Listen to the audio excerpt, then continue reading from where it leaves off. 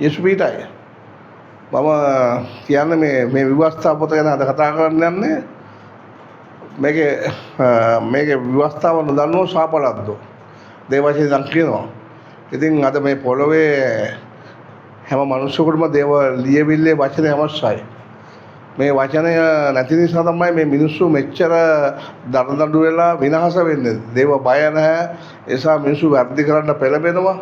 නපුරා විසින් මනුෂ්‍යයට වැරදි මාර්ග උගන්වනවා. නපුරුකමේ මාර්ග. අද ඒකයි මේ හිරගෙවල් පවා පිරෙන්නේ. මෙච්චර රටේ තියෙන දැන් යුද්ධයක්, නඩු වල තියෙන ප්‍රශ්න යුද්ධයක්. මිනිස්සු වැරදි කරන නිසානේ එතන දෙන්නේ. ඉතින් වැරදෙන් නිවැරදි වෙන්න ලියවිල්ල දන්නවා නම්, ලියවිල්ල දැනගත්තා නම් දේව බය නිසා නිවැරදි හොඳ පුද්ගලයන් බවට, රටේ හොඳ පුරවැසියන් බවට, පවතින මනුෂ්‍යයන් හැටියට හොඳ විදිහට ජීවත් වෙන්න මේ ලියවිල්ල අවශ්‍යයි. මේ හැම ගේකටම මේ සුද්ධ ලියවිල්ල අවශ්‍යයි. හැම මිනිසෙකුටම මේක දැනගන්න අවශ්‍යයි. මේක නොදන්නා කම නිසා තමයි මිනිස්සු විනාශ වෙන්නේ. ඇත්තටම මමත් මේක ප්‍රතික්ෂේප කරලා පුච්චපු කෙනෙක්.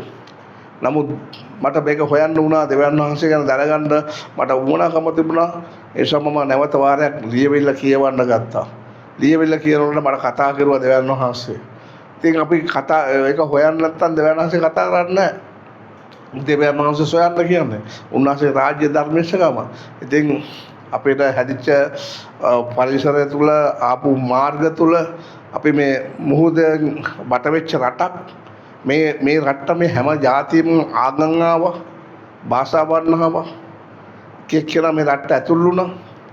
ඉතින් මොන විදියෙන් හරි ආවනේ. අපි දැන් හිතපොත නෙමෙයි, දැන් සිටින දණයි වැදගත් වෙන්නේ. රටේ තියෙන ප්‍රශ්න උත්තර විවස්ථාව නොදන්නාකම, රාජ්‍ය විවස්ථාවත් දේව විවස්ථාවත් දන්නේ නැතිකම නිසා මිනිස්සු පැටලෙනවා. ඉතින් පැටලීම නිසා බොහෝ විනාශ වෙනවා. ඉතින් අදටත් නරක දේවලුත් වෙනවා, හොඳ දේවලුත් වෙනවා. භාවිත කරන්නම නරක දේ. ඉතින් ලියවිල්ලට බය වුණාම, ලියවිල්ල දැනගත්තම දෙවියන් වහන්සේ තුල මරණයෙන් පස්සේ සදාකල් ජීවන තියෙනවා, ගින්න තියෙනවා, ගිනිවිලට යනවා කියලා මේ ලියවිල්ල දැනගන්නමින් තමයි හම්බ වෙන්නේ. ඉතින් දෙවියන් වහන්සේ කළා පුද්ගලිකව ගනුදෙනු කරන්න අවස්ථාවක් හම් වෙනවා. මේ ලියවිල්ල තුලින් විශ්වාසවන්තකම ඇතුල් වෙනවා. මේ ලියවිල්ල නැහැ මිනිසු ළඟ. මේ ලියවිල්ල බලන්නේවත් නැහැ, හොයන්නේවත් නැහැ. තියෙන මිනිසුත් බලන්නේ නැහැ සමහරක් වෙලාවට. ඒ තරම් ලියවිල්ල ඈත් කරලා තියෙන අන්ධකාරයන් අපුව.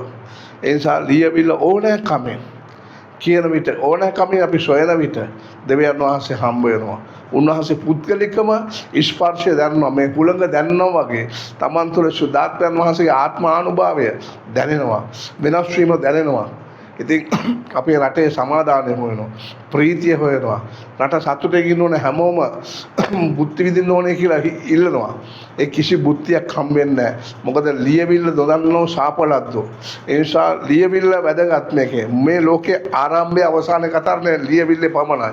ඉතින් උන්වහන්සේ මහිමය. ඒ නිසා ලියවිල්ල අවශ්‍ය හැම ගේකටම මේ බයිබලය අවශ්‍යයි.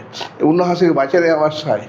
ඒ වචනය තුළින් මිනිසුගේ ජීවිත පරිවර්තනය වෙනවා, වෙනස් වෙනවා.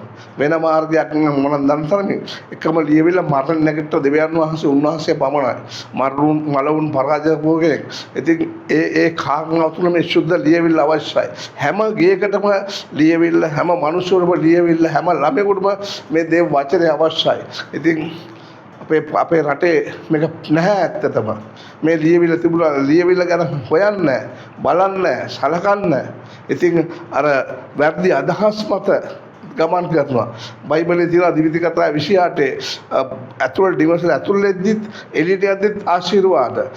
දිවස ඇතුළට එද්දිත් එළියට යද්දිත් ශාපලත් කාරණා. ඉතින් දිවිති කතා 28ක් බයිබලයේ 28 වෙනි පරිච්ඡේදය කතා කරනවා. කියවන්න ඒවා බයිබලයක් අරන් කියවන්න. මේ විවස්ථාව තුළ අපි කොතනද ඉන්නේ? තමන් පුද්ගල මේ විවස්ථාවේ කතා කරන ජීවිතේ දිවිති කතා 28 කතා කරන ලියවිල්ල මේ කාරණා තුළ මිනිස්සු කොතනද ඉන්නේ කියලා. ආශිර්වාද කොච්චරද, ශාප කොච්චරද? ඉතින් ශාපේ මොනවද වෙන්නේ? විනාශ වෙනවා. සමාදානය හොයනවා, ප්‍රීතිය හොයනවා. මේ දෙවියන් වහන්සේ මවපු ලෝකය තුළ ගමන් කරන්න පුළුවන්. ඉතින් උන්වහන්සේත් එක්කලා පුද්ගලික අනුදුරු කරන්න පුළුවන් අවස්ථාවක් හම් වෙනවා. ලියවිල්ල අවශ්‍යයි, බයිබලය අවශ්‍යයි, සුද්ධකම අවශ්‍යයි මිනිසුන්ට. නිසා මේ ලියවිල්ල කියවන්න ගන්න, මේ ලියවිල්ල බලන්න දවස ගානේ අලුත් වෙනවා.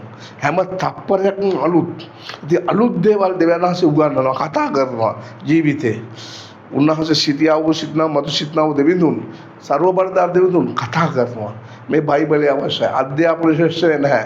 ඒ තමන් පවත්වාගෙන යන ඉස්කෝල් මට්ටමේ බෞද්ධද, හින්දුද, මුස්ලිම්ද, ක්‍රිස්තියානිද ඒ විෂයන් ඒ තත් විතරයි. අනිත් ළමයි මෝඩයෝ බවට පත් වෙනවා.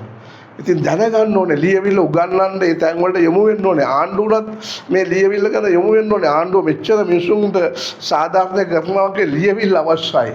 දේව වචනය අවශ්‍යයි. ඉතින් මේ ලියවිල්ල ගැන මිනිස්සු දැනගන්න ඕනේ. තෝරා ගන්න මිනිස්සු සතුයි. දැනගන්න තියෙන්න ඕනේ. ඒ විෂයන් කියලා බැඳලා ඉන්න අපි මෙතන එක බෙදිලා ඉන්නවා. බෙදීමක් නෑ. මේ දෙවියන් වහන්සේගේ හැම මිනිස්සෙක්ම දෙවියන් වහන්සේ උස්ම ගන්නනේ. ඉතින් මේ ලියවිල්ල අවශ්‍යයි. තමන් පරම්පරාවෙන් ආපු ක්‍රමයේ නෙමෙයි දැන් තියෙන්නේ. සිස්ටම් වෙනස් වෙලා තියෙන්නේ. අලුත් සිස්ටම් එක දෙවියන් වහන්සේ. ඒ දෙවියන් වහන්සේ දැනගත්ත නිසා මගේ ජීවිතේ බේරලා තියෙන්නේ. ඒ දෙවියන් වහන්සේ දන්නේ නැත්නම් මම විරහක වෙච්ච පුද්ගලෙක්. මේ ලියවිල්ල අවශ්‍යයි. සුද්ධ බයිබලයේ අවශ්‍යයි මිනිස්සුන්ට. මේ ලියවිල්ල දැනගන්න අවශ්‍යයි. නැත්නම් මිනිස්සු හොයනවා සමාදානය, සතුට, ප්‍රීතිය, බලාපොරොත්තුව.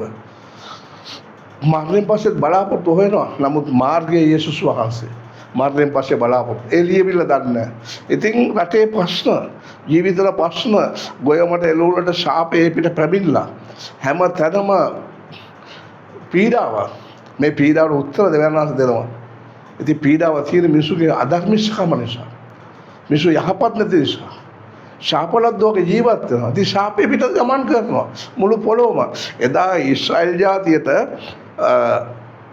පාරාව රජුගේ යට වෙලා ඉඳි වහල් වෙලා ඉඳි දඬුවම් කරනකොට දවස් 3ක් අන්ධකාරය පාරාව රජුගේ ගෙවල් වලට ඉස්රායල් ජාතියට ආලෝකය පීඩාවන් 10ක් ආවයි 10ම ආරසා වුණා ඉස්රායල් ජාතිය පාරාව රජු පැත්තේ ගුටි කෑවා බැනුම් ඒ සියලු ශාප සත්තු පවා පීඩාව ලැබුවා. ඉතින් දෙවියන් වහන්සේ තමයි මහිමය. මේ මහිමේ මිනිසුන් දැනගන්න අවස්ථාවක් සලසන්න හැමෝම උනන්දු වෙන්න ඕනකමක් ගන්න. මේක මේ මම Facebook, WhatsApp, Instagram, YouTube දානවා. ඉතින් මේවා ටිකක් මේ TikTok දානවා මේ දේශනා. මේ දේශනා දාන්න මිනිස්සු දැනගන්න. මේක කියා ගන්න. මිනිස්සු දැනගන්න ඕනේ මේ වචනය. මිනිස්සු සමාදානය ලබන්න ඕනේ, ප්‍රීතිය ලබන්න ඕනේ, ජීවනය ලබන්න ඕනේ. ඉතින් යේසුස් වහන්සේ තුළ තිබෙන්නේ. ඉතින් එහෙනම් යේසු පිටයි.